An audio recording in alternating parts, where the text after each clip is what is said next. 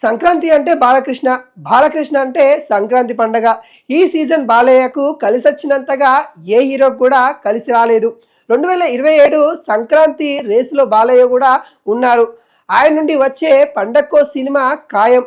బాలయ్య చేతుల్లో 2 సినిమాలున్నాయి ప్రస్తుతం. ఒకటి 'గోపీచంద్ మాలినేని ప్రాజెక్ట్'. ఇటీవలే ఈ సినిమా పట్టాలెక్కింది. ఇప్పుడు మరో సినిమా కూడా పట్టాలెక్కడానికి రెడీగా ఉంది.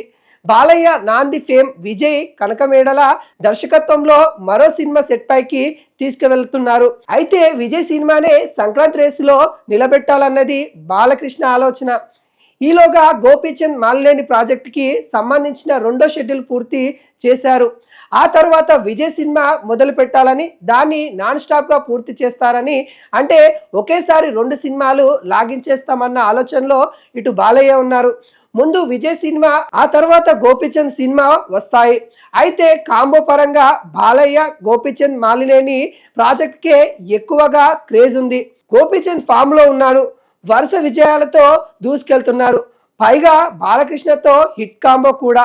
వీరిద్దరి కాంబోలో వీరసింహారెడ్డి వచ్చింది. అది సంక్రాంతి పండగ బొమ్మే.